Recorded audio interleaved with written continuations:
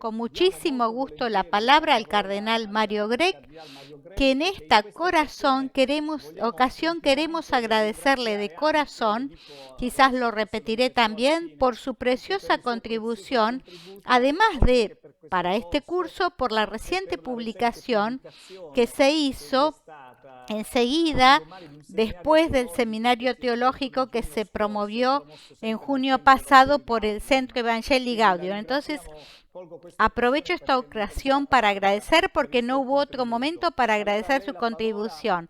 La palabra a usted, el título de lo que usted nos querrá decir lleva este título: la sinodalidad como método para la evangelización. La palabra a usted, eminencia. Grazie, Padre Vincenzo.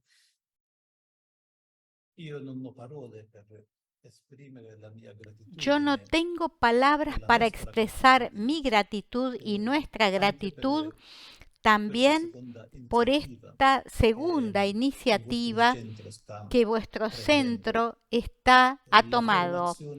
La formación sinodal es una necesidad para todos.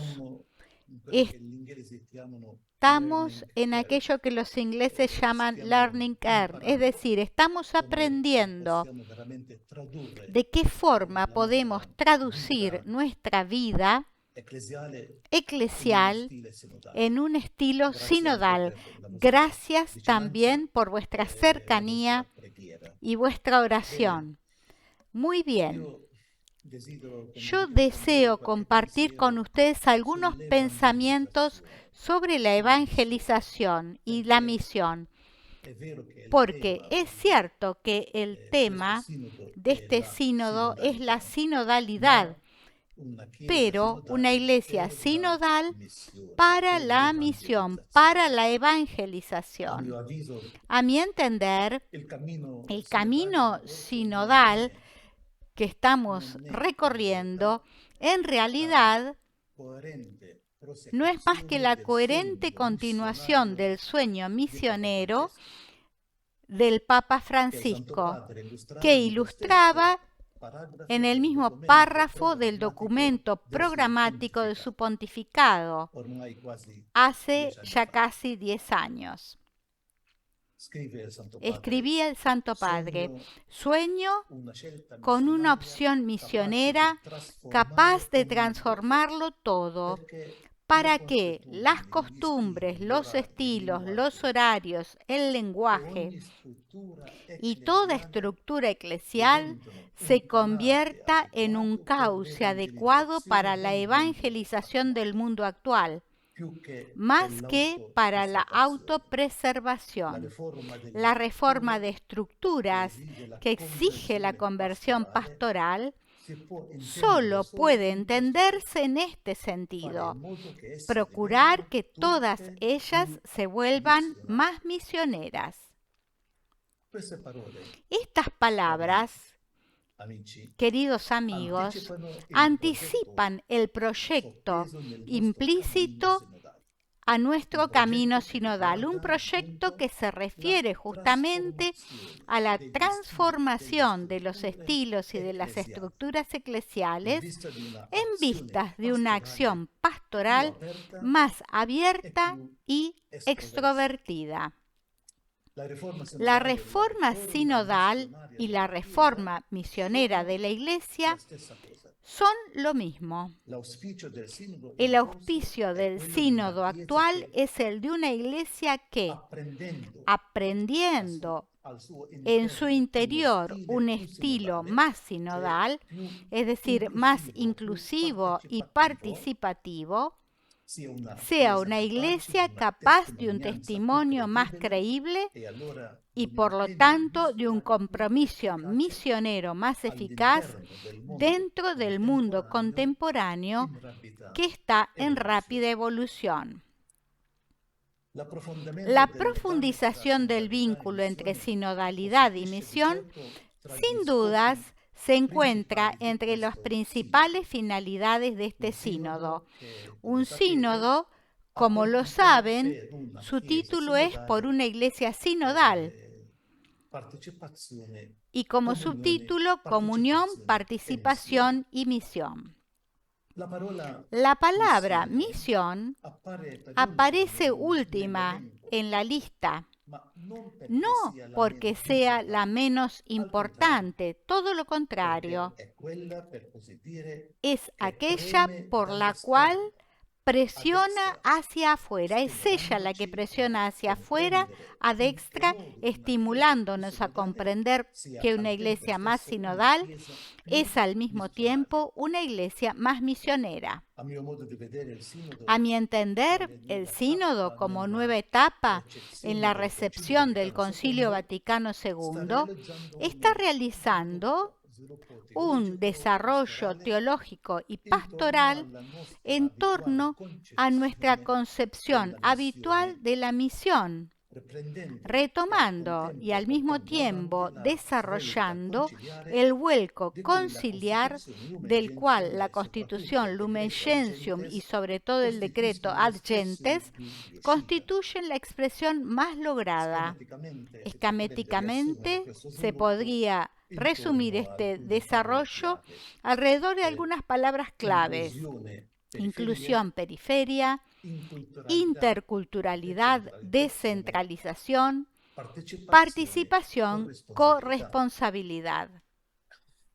Un primer aspecto que está surgiendo del sínodo es la creciente toma de conciencia que la Iglesia, si quiere ser fiel a la misión recibida del Señor, tiene que ser cada vez más capaz de inclusión radical, de pertenencia compartida y de profunda hospitalidad.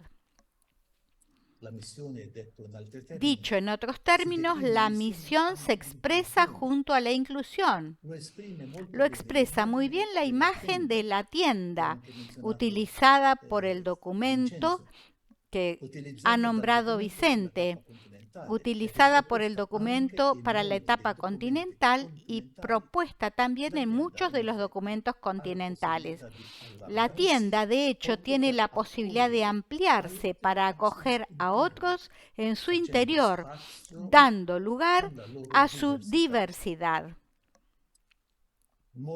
Muchas síntesis diocesanas, nacionales y continentales señalan, no sin amargura, el problema de una iglesia percibida por los creyentes, aún antes que por los no creyentes, como una comunidad exclusiva y excluyente.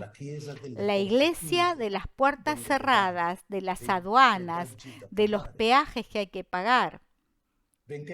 Si bien no se debe generalizar esta visión y exija una interpretación no apresurada, no caben dudas que tiene sus raíces en la experiencia vivida por muchos que hoy se sienten lamentablemente fuera de la iglesia, aun si son bautizados. Representan, por lo tanto, el primer campo de la misión eclesial. La inclusión no tiene que comportar naturalmente ningún tipo de irenismo, indiferentismo o relativismo. No hay que cambiar el Evangelio, sino nuestra forma de anunciar. Sin dudas, no puede cambiar nuestro modo de anunciarlo, sino cambia nuestro modo de comprenderlo. Es decir, si no comenzamos a comprenderlo mejor, la inclusión, justamente en la lógica genuina del Evangelio, pide ir más allá de los recintos, es decir, hacia las márgenes, los límites, las periferias. Justamente las periferias, comprendidas en la acepción de Papa Francisco como espacio antropológico esencial, antes que como área geográfica. La periferia es el primer campo de la misión eclesial, en el cual este sínodo está poniendo su atención. Respecto al citado documento de la etapa continental, las iglesias se dieron cuenta de que el camino hacia una mayor inclusión, es decir, la tienda ampliada, se realiza de manera gradual.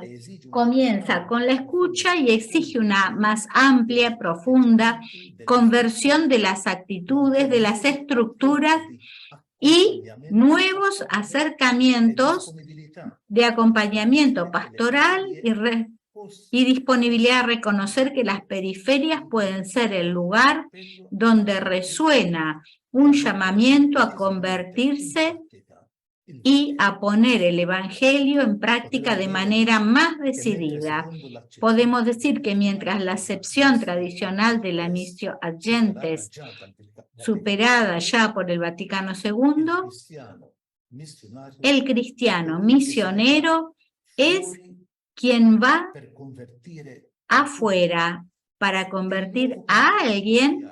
El nuevo concepto conciliar de la misión implica, en cambio, que el misionero vaya afuera para dejarse él mismo convertir, o aún mejor, para promover un proceso de recíproca conversión de la mirada, de la mente, de la acción. La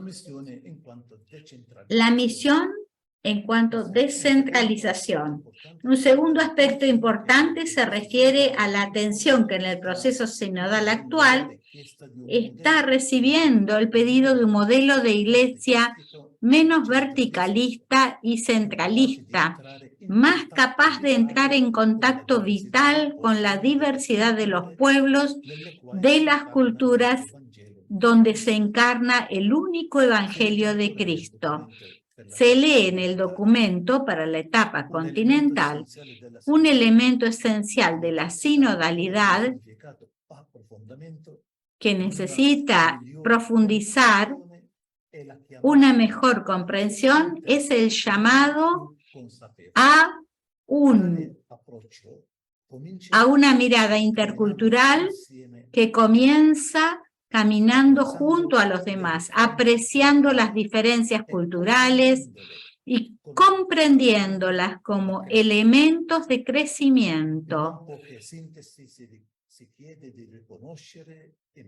Se pide reconocerse, comprometerse, integrar y responder mejor a la riqueza de las culturas locales, muchas de las cuales tienen visiones del mundo, estilos de acción que ya son sinodales. Las personas expresan el deseo de promover la cultura local, de integrarla con la fe, de incorporarla en la liturgia. Para favorecer una relectura del camino sinodal atenta a la pluralidad de las culturas, se celebraron las 7 asambleas continentales.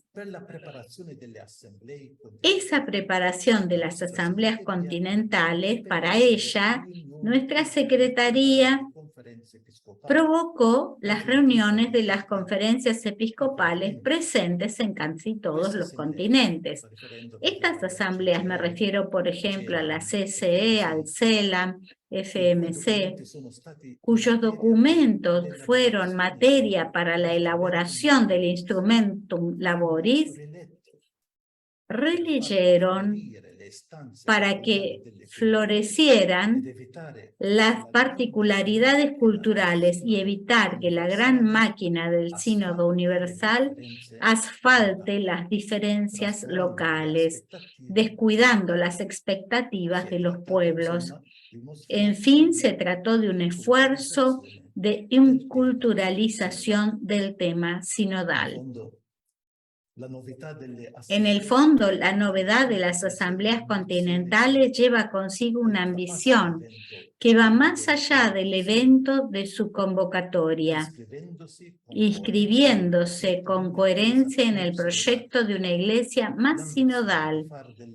La ambición es hacer de las iglesias regionales, un sujeto eclesial funcional a esa descentralización de la Iglesia Católica que desde el principio en la Evangelii Gaudium impulsa Papa Francisco. Dicho en otros términos, es la ambición de una Iglesia que realice más completamente su catolicidad, es decir, su unidad multiforme, una unidad que no impone una rígida uniformidad, sino que integra la diversidad de las experiencias, de las sensibilidades, de las culturas,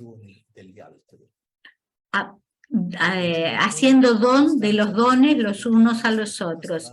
La instancia de las iglesias regionales se hizo voz en los teólogos y pastores que ven en ellos una posibilidad para el catolicismo futuro frente al nacer de las culturas. La Iglesia, si quiere servir a este mundo en la lógica conciliar de Gaudium et Spes, tiene que asumir más la distancia continental como camino para su misión en el tercer milenio. La tercera palabra clave del camino sinodal, incluida en el título elegido por Papa Francisco, es participación.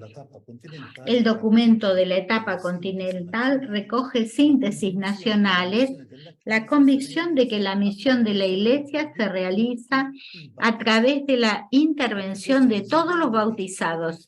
Este deseo de corresponsabilidad se declina, antes que nada, en la clave del servicio a la misión en común, es decir, con el lenguaje de la ministerialidad. Aquí encontramos el eco del ministerio del Papa Francisco, para quien, en virtud del bautismo recibido, escribe Papa Francisco, cada miembro del pueblo de Dios se ha convertido en discípulo misionero. Cada bautizado, sea cual sea su función en la Iglesia y el grado de instrucción de su fe, es un sujeto activo de evangelización. Y sería inadecuado pensar en un esquema de evangelización llevado adelante por actores calificados, donde el resto del pueblo fiel fuera solamente receptivo de sus acciones. La nueva evangelización tiene que implicar un nuevo protagonismo de cada uno de los bautizados.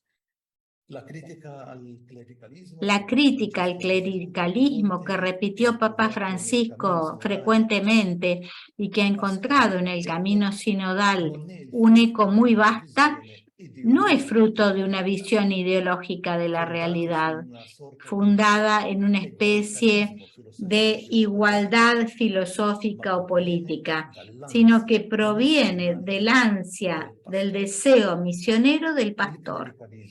El clericalismo, de hecho, aplastando las potencialidades de nuestros laicos y laicas en orden a la obra de la evangelización, debilita la misión, haciendo a la Iglesia más frágil frente al desafío de la penetración del Evangelio en el mundo de hoy. Reduce el número de los agentes eclesiales al servicio misionero, restringiendo la misión solamente a los clérigos y deja a los simples bautizados en posición pasiva, como si el mandato misionario del resucitado no se refiriera también a ellos, no estuviera dirigido a ellos. Los reenvío los párrafos 53 y 54 del Instrumentum Laboris que subrayan el precioso e irrenunciable contribución de cada bautizado. Entonces, el camino sinodal actual puede ayudarnos a redescubrir que una iglesia más capaz de participación, corresponsabilidad, es una iglesia, en última instancia, más capaz de misión.